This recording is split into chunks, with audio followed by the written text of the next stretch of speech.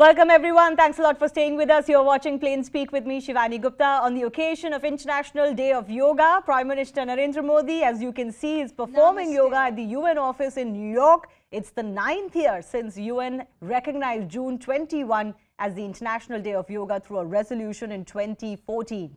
Now PM Modi will also leave for capital Washington, D.C., where he's scheduled to meet Indian CEOs and President Joe Biden. Remember, earlier today, the Prime Minister had an interaction with a diverse group of eminent American academics and various fields such as agriculture, marketing, health, science and technology. Elon Musk, the CEO of Tesla, also had a meeting with the PM in New York and praised him for his support towards new companies, ensuring their alignment with India's interests. In fact, he called himself a fan of Modi.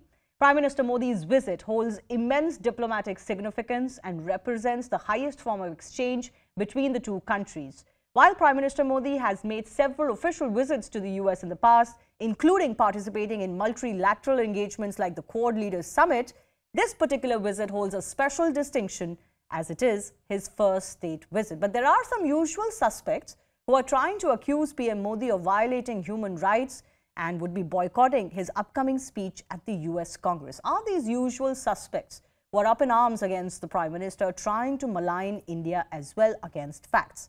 Haven't all of these charges, especially treatment of minorities in India, already been proved to be malicious and motivated? We will take that question to a special guest joining us in just a bit. But take a look at these visuals from the UN headquarters at New York. Prime Minister Narendra Modi leading the yoga session. It's been almost an hour. It's been participated by representatives from 195 countries. Of course, we've seen in the years gone by what a big occasion the Yoga Day has become and how many more people have accepted yoga as something incrementally improving in their lives. The event was also attended by top UN officials and envoys from across the world. Prominent names like Richard Gere, Jay Shetty, Vikas Khanna, Ricky Cage, Falguni Shah, Mary Milburn and more attended the event. A special guest is now joining us. Professor Salvatore Babones, American sociologist, who has called out global indices that malign India, especially on the issue of minority treatment. In the past, has called out, quote, Indian intellectuals to be dishonest, is joining me on the show. Salvatore, you met the Prime Minister when he was on a visit to Australia. This time, he's on a state visit to the US. Give me a sense, of course, of, everything that is going on as far as this American visit is concerned. Let me take that as an opening comment. Well, I think Mr. Modi is following me around the world. I'm here in New York right now, and who should pop up but the Prime Minister of India, Narendra Modi. So it's a great pleasure as an American to be hosting Mr. Modi in my home country. Of course, there's a lot of excitement here, and I think that excitement is not limited to the Indian American community, though that's, of course, where it is strongest. There's really a fantastic welcome for Mr. Modi from the business community, and I think that's because of India. It's not because of who Mr. Modi is, it's because of what India is and how important it's become to American businesses. Right. I do want to talk about this new article of yours that is already being talked about quite a bit. In the past, you have referred to the Pew Research and talked about how people themselves, especially those from the minorities like Muslims and Christians in India, talk highly about their quality of life. Yet we see, and it is happening even as I speak, there are a couple of congresswomen, for example, who are up in arms about the human rights record and treatment of minorities in India, and they're calling for a boycott of the Prime Minister's speech at Congress. I want to begin by taking your outline of that, piece you have written, where you have once again highlighted how India is badly rated in press and religious freedom indices, but against evidence. Yes, very much against the evidence. If we want to know about religious freedom, international religious freedom, it's really much better to ask actual people whether or not they can practice their religion, instead of turning to religious leaders, NGOs, advocates. Of course, everybody wants to be able to talk to some imaginary, quote unquote, masses. But the masses can speak for themselves in a democracy, and they can speak on surveys. We have very good survey data about the status of religious minorities in India. The survey data tell us that Muslims in particular in India report facing very little discrimination. 98% report being free to practice their own religion. 89% say, quote unquote, very free to practice their religion. 99% of India's Muslims are, quote unquote, proud to be Indian. And that's a narrative that I think Indians themselves have to understand, that, when we look at many international Muslim advocates who are trying to weaponize India's Muslims for their own advantage, we see a lot of complaints about the status of Muslims in India. Same thing about the status of Christians in India. Yet when we ask actual Indian Muslims, when we ask actual Indian Christians on a purely random sample basis, not going to a few leaders, but going to everybody and asking them in a random sample, are you free to practice your religion? Do you face discrimination in your country? Are you proud to be part of your country? We find that levels of discrimination and exclusion are very low, and levels of pride are very high. Yeah. So why is it, do you feel, that despite being such a vibrant democracy, India keeps getting maligned for what is just factually incorrect? I mean, there are even exaggerations to the attempt that Muslims are losing their citizenship in India, that there is a genocide in India of the minorities. I mean, these are hyperbole of the worst kind that spread fear. But without getting into that, why do you think India continues to get maligned at the global stage, particularly with interest groups in America, for things that are not true? The infrastructure of rankings has become thoroughly politicized. Let me just give you a detailed example from the U.S. International Religious Freedom Reports produced by the U.S. State Department. The U.S. State Department receives literally over 1,000 complaints of various kinds of hate crimes against Christians in India. Now, whether or not those are true, let's put to one side. Literally over 1,000. They receive a trickle, 4 or 5 complaints a year about hate crimes against Indian Muslims.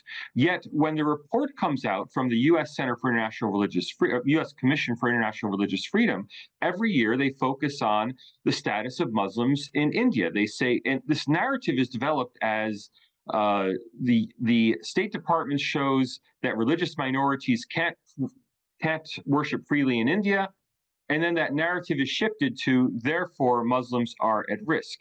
And we've seen that in the confirmation hearings for Eric Garcetti, the new U.S. ambassador to India. We've seen that in the public statements of the U.S. ambassador at large for International Religious Freedom, Rashad Hussain.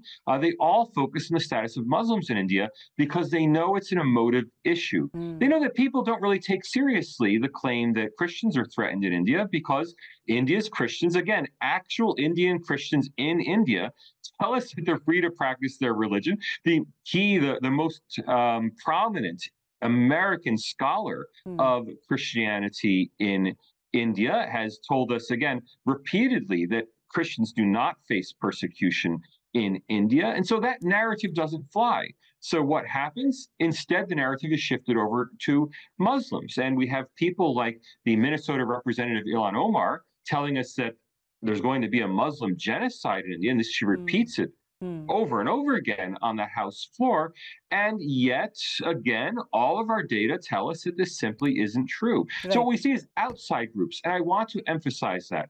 This is not Indian Muslims. We see outside groups, Muslims outside India, Al Jazeera, the Gulf, the whole Gulf infrastructure for public affairs, the U.S. Muslim groups who are attempting to ironically, weaponize complaints about the treatment of Christians in India to say that India does not respect religious freedom and therefore Muslims are unsafe in India. This is a narrative that originates outside India, and unfortunately it's persuasive outside India, despite the fact that we know that Indian Muslims themselves are a, broadly speaking, happy, well-integrated, and very, very proud minority within India.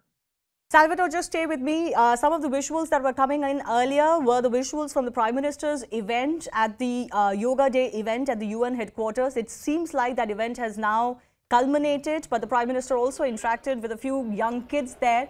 And of course, this is something that is part of India's soft power that is talked about. But today, India's soft power is also being rivaled by India's real power in real politics. And that is why India is enjoying the stature that it is, by most of these superpowers of the world, whether it's Russia, America. Of course, there are relationship struggles with China for obvious reasons, because we are both contesting for the same space. So those are some visuals, final visuals of the Prime Minister's attendance at the Yoga Day event, flanked by the External Affairs Minister there and lots of young kids. Let me go back to Salvatore on the discussion that we were happening, because Salvatore, since you brought up this issue of the fact that Indian intellectuals are dishonest, I want to come back to that issue, because while you say global indices don't rate India fairly, one of the criticisms one can raise is that some of this hyperbole that we talked about actually comes from people within the country, and some Indian Muslims, some non-Muslims as well. Do you feel that this narrative is being sustained purely because there are Indians who say this overseas? First, I want to clarify, I have never said that India's intellectuals are dishonest. That's an interpretation others may have. What I've tried to say and tried to explain to Indians is that the negative international rankings of India actually come from India's own intellectuals. They're not imperialist Western efforts to stigmatize India. They are surveys that are done mainly of Indian intellectuals who then tell us that conditions in India are much worse than I believe they are. Now, Indian intellectuals are closer to the situation. They have a right to their own opinions. I think that many of those opinions contradict what I see as the facts on India, but I want to make no suggestion that they're being dishonest. I have every reason to believe they actually believe the appraisals they are making. Okay. I just think they're wrong. And not just I personally think they're wrong. I think the facts demonstrate that they're wrong. That is, when we take a comparative perspective and we put the facts we know about Indian democracy against the facts we know about other countries that are ranked in these global indices, we see India outperforming countries that are on a par with it on the rankings, that are being given the same ranking by India's intellectuals, yet we know objectively India is doing far better. And maybe the clearest, like the most incontrovertible example of that is safety for journalists. We know that journalists are very safe in India because we have actual data on the number of journalists who are killed in India. And the number of journalists who are killed in India is very low as a proportion or when compared to India's population. Journalists are safer in India than in just about any region of the world outside Western Europe. They're safer than in the United States. So, again, we have hard facts that contradict the subjective narrative coming from Indian intellectuals. Are the intellectuals lying? No, absolutely not. Are they wrong? Yes, I believe we have a lot of reason to think that they are. So you're saying they may not be lying, but they're wrong, and there has been evidence presented over many, many years. Then the next question is, then are they motivated against Narendra Modi because these attacks have, reached a crescendo under him? I'll come back to that question, but just to your point about how India rates poorly versus other countries, you have pointed out in your new article that the Pew survey in the US says 80% of African Americans felt discrimination. In India, 72% of Muslims don't face a lot of discrimination, is what they have reported. There is also, of course, data that goes on to talk about how, when we compare all of these indices, India actually fares better. 46% Hispanic Americans have faced discrimination. 98% of Indian Muslims feel free to practice their religion. 42% Asian Americans faced a lot of discrimination. 95% Indian Muslims were proud to be Indians. So the statistics speak for themselves. If you don't correct this narrative by these reputed agencies and indices, does that then not point to motivation? There is a politicization of the rankings that's absolutely clear. And I think maybe a way to explain this to an Indian audience is to think about the situation of Sikhs in India. Now, everyone in India knows someone who's Sikh. They have a pretty good finger on the pulse of Sikh opinion. And in fact, we know from survey data that not only do Sikhs report being proud to be Indian, not only are Sikhs well integrated into Indian society, but in fact, Sikhs themselves in India say that both Muslims and Hindus in India face more discrimination than Sikhs do. So we know there are very low levels of discrimination against Sikhs in India. Sikhs themselves are telling us that. Indians themselves who are not Sikh have Sikh friends. They know that. However, if you go to Canada, you'll hear about Khalistan. and you'll hear how Sikhs are facing severe repression in India. They have to flee the country. Now, Sikhs in Canada may feel that way. Some Sikhs in Australia may feel that way. But Indians are very well aware that actual Sikhs who live in India don't generally share that opinion. Now, this is what we're seeing replicated over and over again, whether it's Muslims, Sikhs, Christians. We're seeing the weaponization of India in the external arena. That is, we see Sikhs in Canada pointing to one particular incident that happens in India and trying to convince Canadians that Sikhs face terrible repression. We see Muslims in America. Very often, they're not even Indian Muslims. They're simply Muslims who have an axe to grind against India. They're from the Gulf, or from, in the case of Ilhan Omar, from Somalia. They are simply themselves anti-India. And so they're trying to point to something that happens in India. And of course, in a country with more than 200 million Muslims, some Muslim in India is going to face some injustice every month, maybe every day. I mean, there are 200 million Muslims, more than 200 million Muslims. So they can always point to an example and try to weaponize it for their own political purposes. Okay. But again, if we're not going to be sucked into that narrative, we really have to go from this anecdotal evidence to the hard systematic facts that we have about India. And luckily, we do have those systematic facts. And the systematic facts simply tell us that India is a peaceful and relatively well-integrated country, especially when compared to the United States. I mean, any Indian who migrates to the United States instantly becomes an Asian American and instantly faces more self-reported discrimination than any minority group faces in India. Okay, so my question is still, why is it still happening then? What are the reasons and motivations? Raymond Vickery, Senior Associate Non-Resident Vadvani Chair in US-India Policy Studies, is joining us. I thank you, Mr. Vickery, for your patience. I want to understand from you, all of these attacks that come India's way, how much of it is fair and how much of it is being believed by Americans? Well, thank you very much for having me. This is a very complicated subject, and as your previous guest has pointed out, there are problems with discrimination both in the United States and India. I do not think that the overall narrative in the United States is one of India discriminating in its public life. If you look at what's happening in the Congress, there is strong support from both Republicans and Democrats for the U.S.-India relationship. Narendra Modi, the Prime Minister, will address Congress. It's an honor given to very few. On the other hand, it is true that in both of our societies, there is deep-rooted discrimination. And we are two great democracies, and it behooves us not just to say somebody else is trying to do harm to us as a nation by pointing out discrimination, but to look and to work for what President Obama used to call a more perfect union. It is just not the case that in India you can sweep under the rug discrimination, whether it be on religious grounds, whether it be on grounds of gender against women, whether it be in regard to ethnic backgrounds from the many diverse groups in India. So I think that this is overblown for either those in India to say that somebody is out to get us because pointing these out, just as I think it's overblown for Americans to say somebody's out to get us because of our deplorable record in regard to discrimination against African Americans.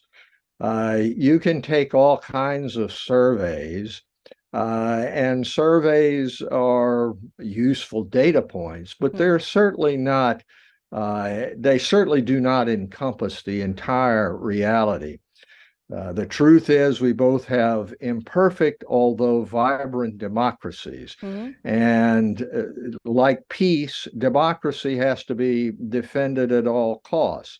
I think that those of you who are in the news business in India know how important it is to be able to have press freedom. Yes, there should be more press conferences. There should be more examination from the fourth estate about governmental policies.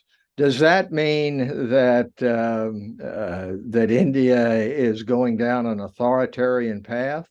No, I don't think so. And I think we have to keep our eye on the ball. Mr. Vikri, that was basically my point, that of course there is imperfection, and I don't think anybody is denying that there are instances of discrimination. In fact, many Hindus will report that there is discrimination against them in India.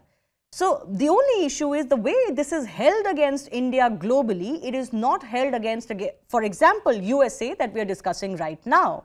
The only issue is with that. I don't think anybody is trying to suggest that it is a perfect world in India. It is a developing democracy.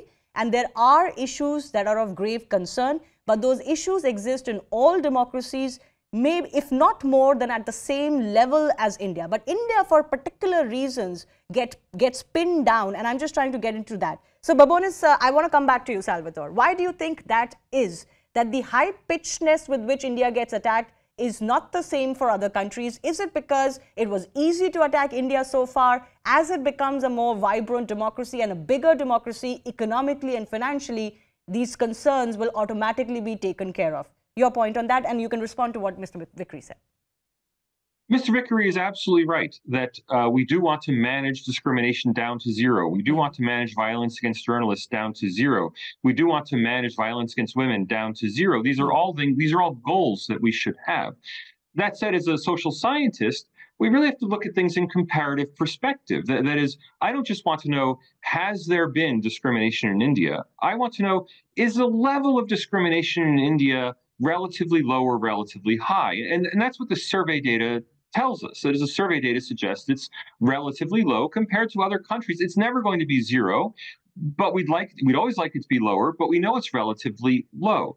Unfortunately, these statistics, well, not these statistics, the claims of discrimination are weaponized. So, for example, if you watch Chinese television or Chinese media discourse, they will relentlessly portray a picture of America as a racist country. Any crime, any anti-Black crime in the U.S., any statement by a prominent U.S. political leader of racism in the United States is relentlessly pushed by Chinese state media to try to convince Chinese people that America is a terribly racist country. And I have to say, this is not a new tactic. This was done by the Soviet Union before 1991. It was the same tactic.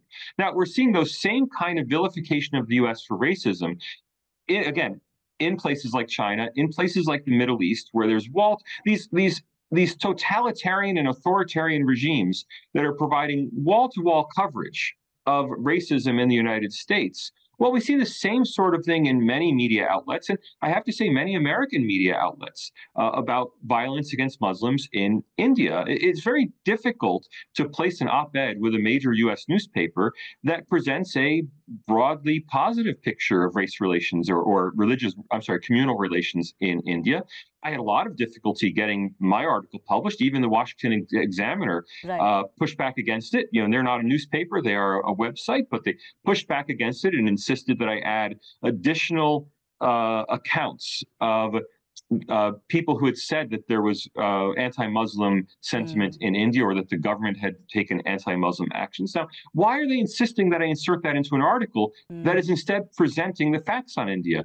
It's because this narrative has been so widely promulgated that any major U.S. media outlet feels that any article about India has to start with, there are serious allegations of anti-Muslim violence in India, but there's also this positive thing. No, but that's not the job of the press. Reporting the positive thing. No, but Salvatore, I'm glad you point this out. That's not the job of the press to merely report what people are saying. It is also the press's job to identify the facts on ground and try and tell people whether what people are saying is right or wrong. So if you are being, you're being insisted that you add certain allegations against India, that just brings us to feel that there is that perpetuation of that narrative is the issue here. You had a certain concern, those concerns have been looked at, those concerns can be seen in daily life here, but why perpetuate those concerns when they do not exist at that scale in India? I want final comments from both of our guests. Salvatore, I want to understand from you,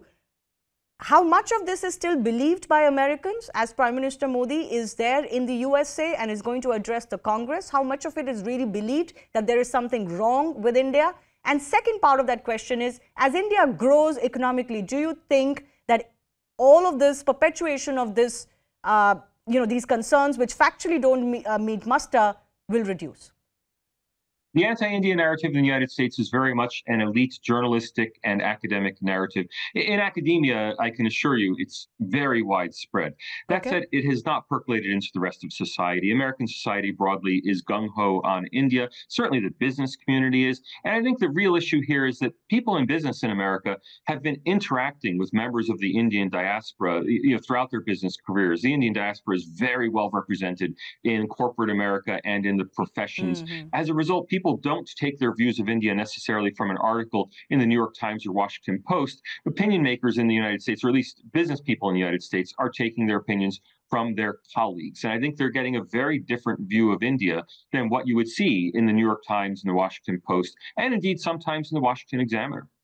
Mr. Bikri, your final comments on whether for claims to be believed, it is important that they are rational and they are not hyperbole. And I think that's what we're trying to get at here, that sometimes you have raised these issues to an extent which becomes so unbelievable and is, false, then takes away from legitimate concerns that one may have on India. Well, I think the essential point here is not to subscribe to a narrative that India is being singled out and held to a higher standard than the U.S. or other nations. Your guest has just pointed out that in China, in Russia, in any of the adversarial relations, there is a narrative against the United States, much of which is deserved. The George Floyd situation was reality. It is reality in India that in terms of immigration law, for example, that there is a different treatment between Muslims and other groups. No, that's not true. Mr. Bikri, if you just give me 30 seconds, I will explain that. Now, that's exactly the problem with the narrative here. You're referring to the CAA. The CAA was a particular legislation brought in to expedite the citizenship of minority groups in neighboring countries who've been discriminated against, once belonged to the land of India, so that they can get an expedited citizenship. I believe there's a similar parallel law that exists in the US for a certain group. When it comes to Indian citizenship per se, there is no discrimination with anybody, including Muslims coming from Afghanistan, Pakistan and Bangladesh.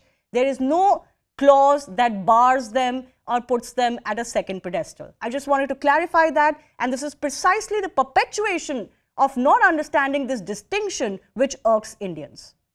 No, I understand the distinction, and you are correct in what you say. But it is a fact that this particular piece of legislation treated differently people from different backgrounds. Now, why was that done? And I think India has to deal with that, just as the United States has to deal with it. But we're not going to make progress by just saying that somehow we're singled out and we're the people who are discriminated against internationally in terms of criticism. What ought to happen is we ought to apply some of the rationality which you have just indicated to try to improve the record in both societies. That's the way forward, not in trying to say that we are the ones who are being held to a higher standard and everybody else is given a pass. Well, the reason why that is said, and I think I understand where people come from, because so many institutional discriminations in many countries are not spoken about, even half of what India gets talked about. Now, we could take it as the fact that India is more important than those countries, but I think that it also calls to question the motivations of certain groups who will not open their mouth about discriminations in China, even against Muslims, who will not talk about discriminations against Hindus and other groups in countries like Pakistan, from where Hindu and other minorities have been trickling into India for the last 75 years. I think on-ground facts need to be pointed out here. Salvatore, you wanted to come in? Yeah, let me back this up from whataboutism to get to the issue. So, with respect to Mr. Vickery, and I certainly don't mean any disrespect. I don't want this to be some kind of shouting at your argument, but the pro forma